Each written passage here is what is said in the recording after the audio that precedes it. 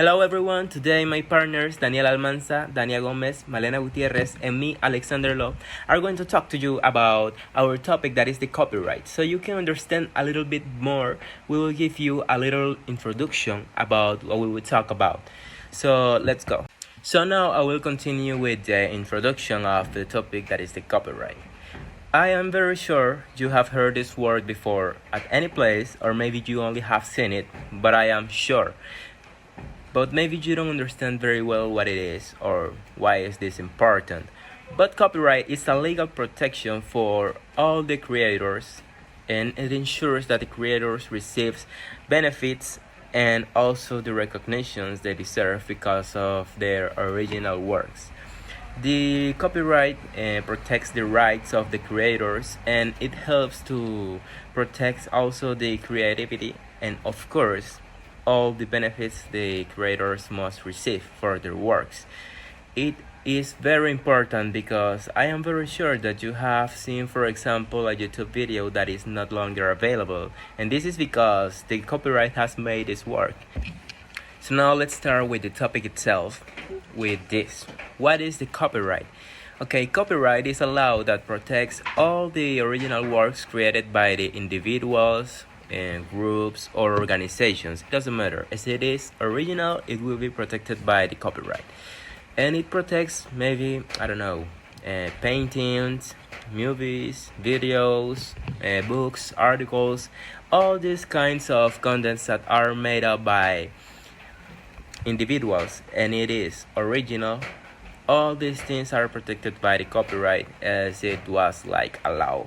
So it's very important to understand that this gives also the creators all the rights over their original works, and they have the control over their works to decide how they are going to be distributed, shared, copied, or what they are going to be used for. So it's important to have the copyright so you can get the benefits and all the protection for all of your work and all of your creativity.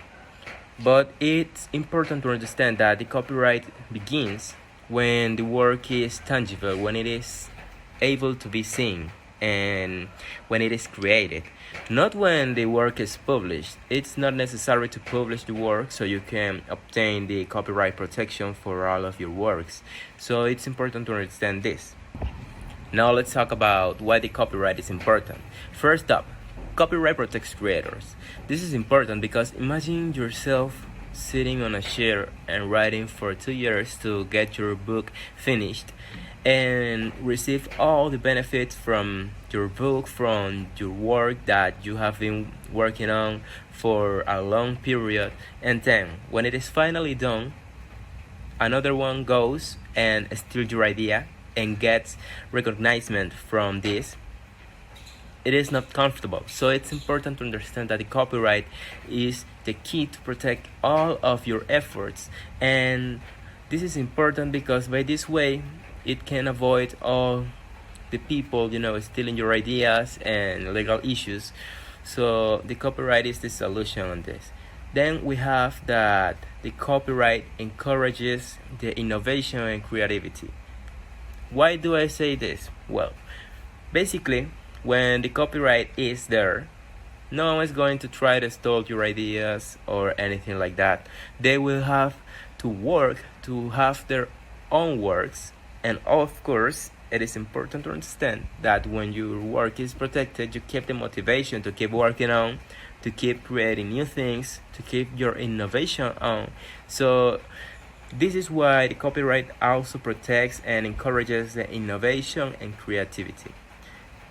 The third point we have here is that the copyright provides the economic benefits, because if your work is protected, then you will receive economic benefits from your work. You will get money from there, and this is a great option for you to get freelance or your own investment, and all these kinds of things are important because by this way you can keep working on it.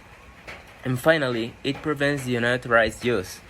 It helps you to keep your work on yourself, the control over your work. No one is going to do anything with your work, at least you allow it to be done. So This is why the copyright is important. Now we have here some works that are protected by the copyright. They are only examples because it's a whole work of works protected by copyright, but let's start, for example, with books and articles. For example, when a writer posts an article or a book, they all will be protected and they can be used without permission. We have also music and songs. It's not only, for example, with the lyrics of a song, but also with all the music that is also written. Movies and videos, all of them must be allowed to use if they want to be used or uploaded at any platform. That's why they work together, and when they are in the final credits, you can see down below like the copyright sign, and photographs and artwork. All of them must give credit to the author if they want to be posted. And finally, computer software, even those ones are protected. So this is how copyright works. They are very important because by this way everyone can get the benefits from their own works and all of them. So let's continue with the next topic that will be in charge of my partner. Now, what is infringement? It's when someone uses your work without permission. That's the short answer. Let me give you some everyday examples. Someone takes a photo you post and use it on their website without asking you. That's infringement. Someone downloads a song without paying for it. That's infringement. Someone copies paragraph from our article and present them as their own in a school assignment. That's infringement. Someone uses a famous logo on a t-shirt they're selling without permission. That's also infringement. It doesn't have to be a big company doing it. Regular people get caught too. The consequences can include lawsuits, fines, and having your content taken down. But here's where it gets a little more interesting: fair use. There are some cases where you can use someone else's work without permission and it's completely legal.